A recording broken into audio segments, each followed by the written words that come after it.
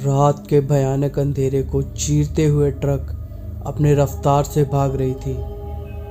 हड्डियों को पिघला देने वाली सर्द रात अपना कहर ढा रही थी। रात के ठीक 12 बज रहे थे। रास्ता खुला मगर सुनसान था। ट्रक की हेडलाइट सड़क के काले घने अंधेरे को पूरी तरह दूर करने की नाकाम कोशिश करती हुई आगे बढ़ रही थी। आधी रात के बाद ही अब्बास को गाड़ी ड्राइव करने का मज़ा आता था। ज़्यादातर इस वक्त सड़क बिल्कुल सुनसान मिलती, जिसके कारण उसे अपनी मर्जी के मुताबिक गाड़ी भगाने का मौका मिल जाता था। ऐसे वीरान रास्ते पर उसका रोज का आना जाना लगा रहता था। आधी रात के बाद लूटपाट की वारदातें आम बात थी। हालांकि अब्बास किसी से डरता नहीं था। रोज की तरह आज भी उसी रफ्तार से वह आगे बढ़ रहा था। रास्ता काफी डरावना होने के कारण वह बेफिक्र होकर तेजी से ड्राइव कर रहा था।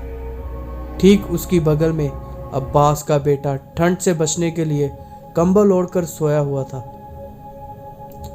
गुजरात का बॉर्डर पार करके गाड़ी राजस्थान में दाखिल हो रही थी। अंबाजी होकर आबू की ओर आगे बढ़ने वाला रास्ता टेढ़ी मेढ़ी पहाड़ियों से गुजरता था। राजस्थान में एंटर होते ही बॉर्डर पर आने वाले छोटे से शहर को क्रॉस करते उससे पहले ही एक हादसा हो गया। घने जंगल में पहाड़ी की ढलान पर एक जबरदस्त धमाके के साथ गाड़ी का टायर पंचर हो गया।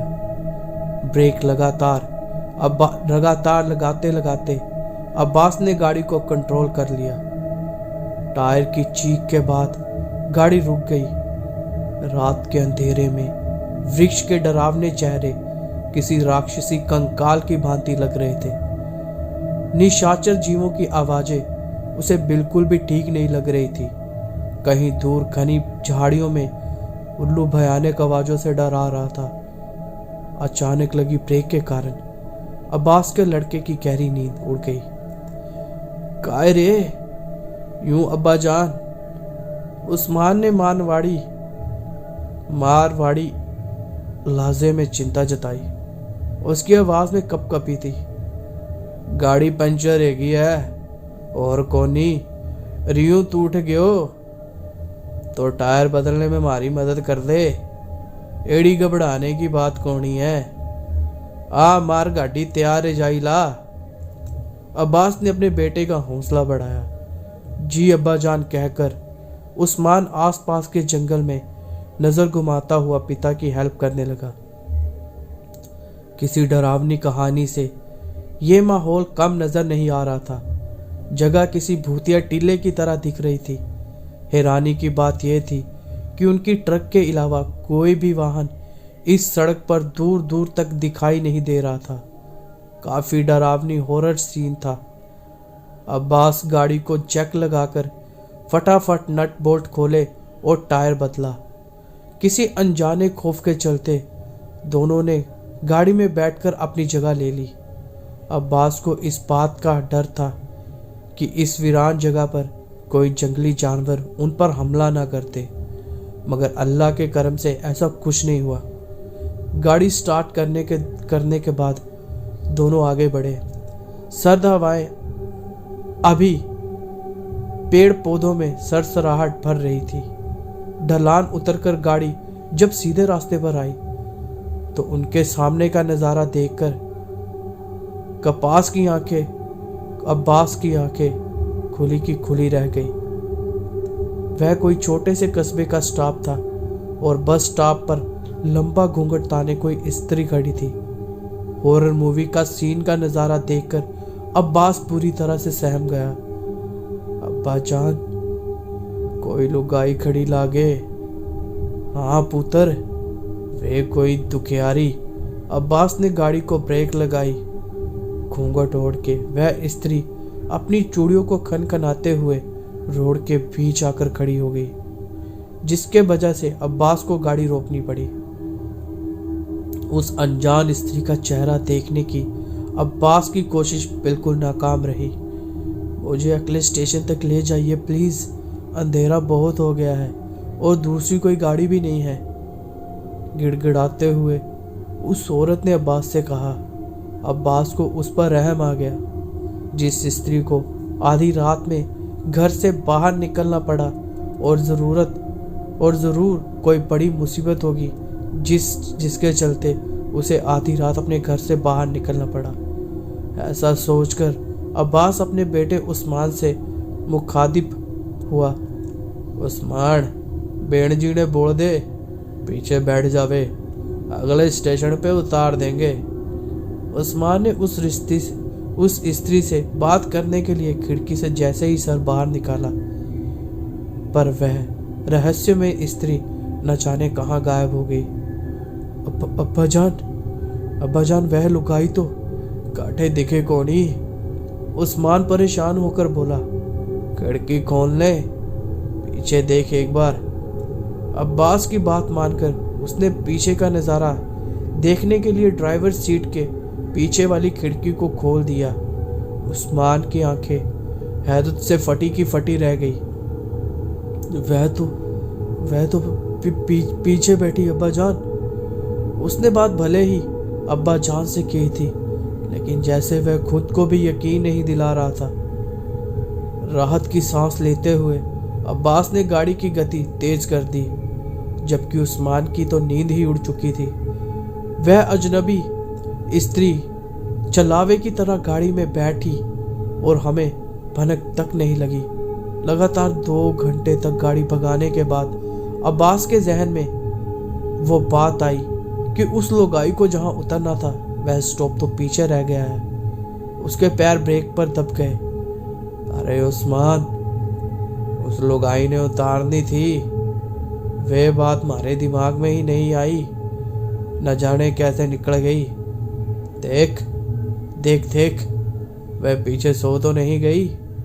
उस्मान ने फिर से खिड़की खोलकर पीछे देखा। उसकी आंखें दूसरी बार झटका लग गई। वह हड़बड़ाकर बोला, अब बजान, वो लुगाई तो गाड़ी में ना है। अब्बास ने उस्मान को ऐसे देखा जैसे कोई बचकानी बात करती हो। क्या बात करता है?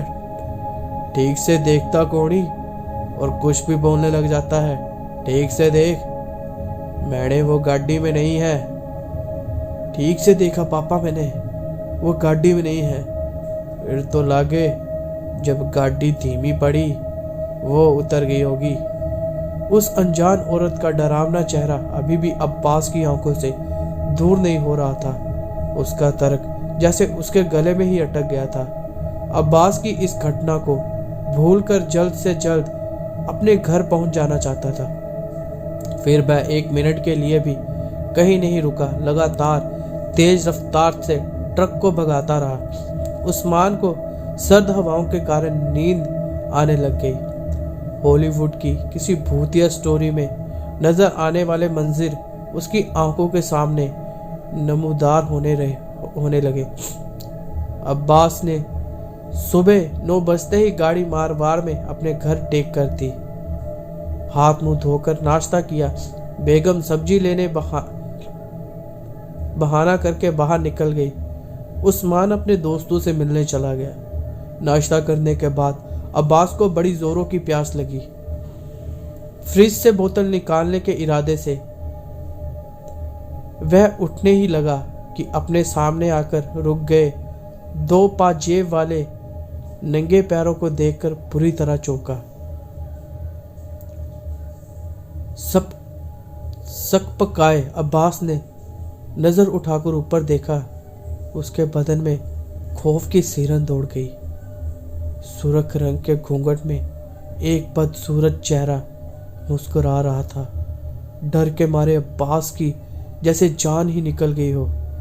तू इट्ठे काई करे है? तू तो रास्ते में उतर गई थी ना। मैं क्यों उतर जाती भला? तुमने ही तो मने अपने साथ बुलाया था। अब तो मैं थारे घर में घुस गई हूँ, थारी लुगाई बनकर। अब मैं थड़े छोड़ के जाने वाली ना हूँ।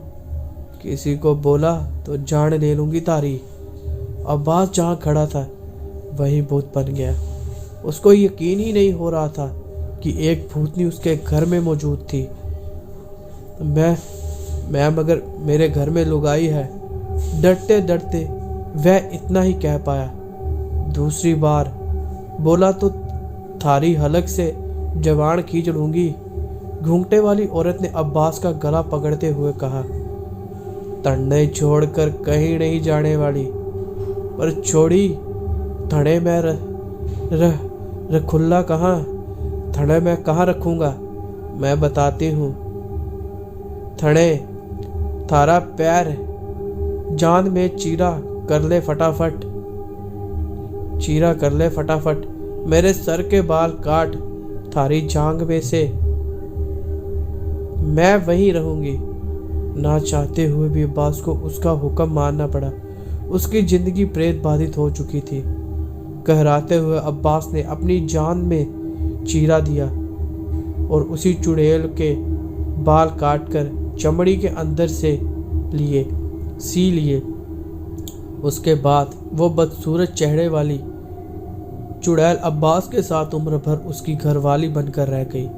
अब्बास की असली पत्नी को डराकर चुड़ैल ने कभी उसे अब्बास के करीब नहीं आने दिया। अब्बास दिन में दिन दुबला होता गया और एक दिन अचानक उसे अपने कमरे में मरा हुआ पाया।